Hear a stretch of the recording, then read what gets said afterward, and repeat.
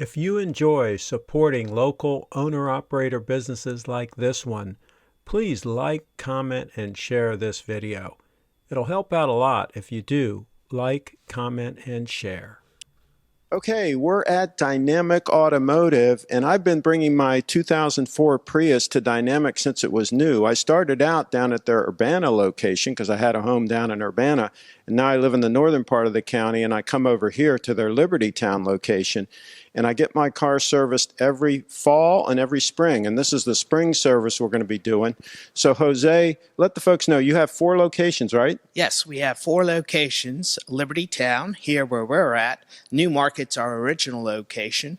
We have a very large location right off of 270 in Urbana that boasts a 4-bay quick lube facility, a 9-bay shop, and a 60-foot soft cloth car wash. And we also have a location in Frederick right off of Route 15 at 11 Byte Court. There we go. And Todd, give us a quick little rundown of what we're going to do here today. So today we're going to do the basic spring inspection and oil change. So on this vehicle, we're going to be using the synthetic oil on it so that way we get the maximum mileage out of this thing. Keep it running on the road for a long, long time. With that spring inspection, we're going to be checking tires, brakes, lights, you know, the basic stuff that could fail over a 6-month period. So we're going to give it a good once over and see where we're at and make our recommendations. All righty. I look forward to it. Let's get started. Absolutely. Let's get the show on the road. So the first thing we're going to do is go ahead and check the lights here. We're going to make sure the headlights, fog lights, turn signals are all good. So we just checked the left turn signal, which is good. We're going to go ahead and check the right. We're going to check the high beams. And then when the high beams came on, the fog lights go off. So all the front lighting is good. We're going to go ahead and check the back lighting now. Okay, now we're going to check the rear lighting on the vehicle. We're going to start with the brakes. And all the brake lights look good. We're going to check the reverse lights, and those are both good. We're going to check the left-hand turn signal and the right-hand turn signal, and lastly, the parking lights. And with the parking lights, we're checking both parking lights. Looks like we have a right rear park light that's out, so we're going to want to go ahead and recommend that today. And it looks like both tag lights are good, so we do have one recommendation at this point, and that's that right tag or right tail light. So now we're going to go ahead and check the wipers, make sure that the blades aren't torn, that they're still nice and soft, and then we're going to check and make sure they clear well. Okay, and in this step, we're going to go ahead and make sure that the wipers clear well and that the washers work. And looks like they are clearing very good. Washers are working properly. And we're going to go ahead and test the horn while we're in there. And sounds like that's working as well, so we're going to go ahead and move on to the next step now. So now we're going to do some quick under hood checks, and that's going to consist of checking the engine coolant. So we're going to be checking both the pH level on this engine coolant, and we're also going to be checking the freeze point on this engine coolant. So we've already done the test strip into the antifreeze, and now we're going to go ahead and take a sample and put it on a refractometer, and we're going to look and see what the freeze point is on this antifreeze. So we do that by just taking a small sample, we put it on there, and then look through it through a window, a special window on the tool. And we're doing that right now. What kind of freeze point do we have on that one? -35. So we're good to -35 below 0, and that is Fahrenheit. So we shouldn't have any problems in any climate around the state of Maryland on that. The test strip right now is developing on that. And how's that one looking? Okay, so while we're waiting on that, we're going to go ahead and check the brake fluid moisture level on this to see what that's looking like. Is that 1%? It looks like we're at 1%. Anything over 2%, we're going to start thinking about doing a brake system fluid exchange. But of course, we've done that, I think, in the last visit before this thing was serviced in the fall. So we're in good shape on that. Okay, so next we're going to go ahead and check the engine oil. We want to make sure that this engine's not starting to burn any oil. We've got a couple of miles on this one. We want to keep this car around for a long, long time. So just going to see how things are going. And right now, if we look at this oil, we're right at the full mark. So that's perfect. This engine's using absolutely no oil, which is what we generally do find with the Toyota Prius platform. They certainly do have their longevity. And then we're going to go ahead and check the engine air filter. Make sure this is looking good. This was replaced back in the fall before the vehicle went through the winter time, but we always want to double check. And it's looking like it's got a little bit of dirt on it, but it doesn't look like it's time to be replaced at this point. This will definitely be something that we're going to recommend in the fall before we go into winter time. And then the final thing we're going to check after we put this air filter up is we're going to go ahead and look at the windshield washer fluid level, which we can see is, you know, it's not empty, but we're going to go ahead and top that off, part of the service we're doing today.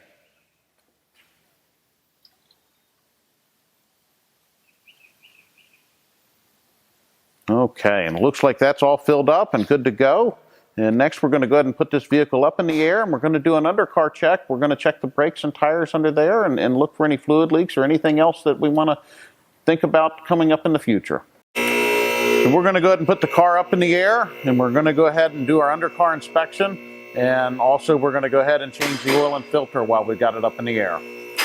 Okay, so now we're going to start with checking the tires on this thing. You know, these tires do have quite a few miles on them. Look like they're wearing very nicely. We're going to go ahead and check the tread depth on them first. We're going to turn it around. We're going to look for any damage to the tires, such as a nail or any type of damage that could indicate a curb strike, a pothole, or anything like that. The winters up here in Maryland can be pretty hard, and you know, those potholes can certainly damage a tire or a wheel. So we definitely want to take real good care at looking at all those components to make sure there's no damage from the winter time. So we're going to go ahead and check the air pressure on the tires and go ahead and get those set at manufacturer specification. And that's going to help those tires wear just as long as possible. It's going to help the brakes work properly. It's also going to have the car handled properly as well. So now while we have the car up in the air, we're going to go ahead and look the vehicle over. Anything that could have happened over the winter time. We're going to be looking at the steering. We're going to be looking at the suspension. We're also going to be checking the engine for any kind of fluid leaks that could have occurred over the winter time. We're going to be checking the axle shafts. We're going to be looking at the axle shaft boots. We're going to also be checking the joints for any wear where they could become loose. So we're going to go over that. And then we're also going to be checking the brakes on the front of the vehicle here. Make sure that they're still in good shape and they'll provide many, many more miles of service. So right now we're looking in through the wheels. We're looking at those brake pads, making sure that they're wearing properly, making sure we don't have any signs of a caliper that's sticking, that's creating a heat issue on that rotor. We're also going to be checking the ball joints, the tie rod ends, all of that in the suspension. And then we're going to make our way down to the back of the car, checking the exhaust system. We're going to be checking the hangers. We're going to be checking for any leaks, thing that could be a potential for ending up on the side of the road. So we've looked over the exhaust system from front to back. Everything looks good. Now we're going to go ahead and move in and we're going to check these rear brakes. Now the rear brakes on this vehicle are drum brakes. So what we'll do here, thankfully Toyota has provided us with an inspection plug, so we don't have to disassemble it entirely to look in there. We can go ahead and pull that plug out and take a visual inspection of those rear brake shoes. How are those shoes looking on this one? They look almost brand new. That's excellent. That's great to hear. So the brakes are in good shape on this vehicle, and we're going to go ahead and look over the shocks and struts, make sure we don't have any fluid leaking coming out of those struts. We're also going to look at the lower bushings where the struts mount onto the rear axle, and we're just going to look it over on the backside, make sure we're good for the summertime. So one thing that we did find while we were examining the rear suspension is this rear strut over here starting to get just a little dampness right there behind the boot coming down the body of that strut. That's starting to create a problem. It's something we're going to watch here in the future. It's not to the point that we're going to recommend a repair, but it is something we're going to want to monitor going into the future. So we're going to go ahead and check the transmission fluid level on this Prius. This was done about a year ago here at this facility, so we're going to go ahead and make sure the fluid level is still full, and we're going to make sure it's still clean and looks nice. That way we provide many, many more years of service out of this vehicle. So the transmission fluid is looking a little bit on the dark side. It is still completely full. It's been about 50,000 miles since we've done that service. So we're going to put that in something we're going to monitor. We're going to check that again in the fall. So we're going to put that on our deferred recommendation list. So now that we've done all of the undercar inspections now, we're going to go ahead and finally we're going to go ahead and change this oil and filter on this vehicle. So we're going to go ahead and drop the filter first. We'll go ahead and get that system draining out. And then that way it can be draining all the engine oil system there while we're draining the crankcase. So that's coming out. And we're going to go ahead and slide the oil pan over to the drain plug. And we'll go ahead and drain that out next. And we'll go ahead and loosen that plug up. And then we'll go ahead and drain this crankcase out. Vehicle uses a 5W30. It does not specify using the full synthetic. Now on this application, we have, since new, been using full synthetic engine oils on this 5W30. So we're going to go ahead and put some clean oil on this oil filter here. We're going to wipe the base up here where that oil filter goes onto the engine. Make sure the gasket didn't stick on there. Make sure it's clean, free of any debris or contamination. And once we're satisfied that that's clean, we're going to go ahead and put that filter on while the crankcase drains out. And we're just getting everything ready for the next 5,000 miles worth of service. You know, when we use the full synthetic 5W30 oil on this engine, we can extend that service interval out to 5,000 miles safely, provide many, many years of service out of this vehicle. Okay, so the oil's all done draining now. We're going to go ahead and put that drain plug back in, make sure it's good and secure. And we're going to go ahead and wipe that off, make sure there's no oil residue that might drop into the owner's driveway and think there's a problem that really isn't there. So we're wrapping up underneath the car now, and we're going to go ahead and lower it down, and then we'll go ahead and top this thing off with about 4 quarts of 5W30 full synthetic here, and then we'll get the maintenance light reset, and we'll put a fresh sticker up in the windshield for him, and then we're going to go ahead and move her on around back after that. And we'll go ahead and change out that light bulb that's out and make sure it's good for the road here. Okay, so now that we've got the car down on the ground, we're going to go ahead and put 4 fresh quarts of 5W30 full synthetic engine oil in here. And then once we get that in, we'll go ahead and get him started up. And we'll make sure it's on the full level on the stick. And then we'll move on around here to this taillight. Okay, so we got the car running right now, and we're going to check this oil level here. So go ahead and shut it off. We'll come on up here, and we'll just make sure that this engine oil level's full and good for the next 5,000 miles here. We'll go ahead and clean that stick off, put it back in, and flip back out here. And we should be right on the button, right at the full mark. And it looks like it's perfectly set. So that's going to wrap up under hood here. Everything's looking good.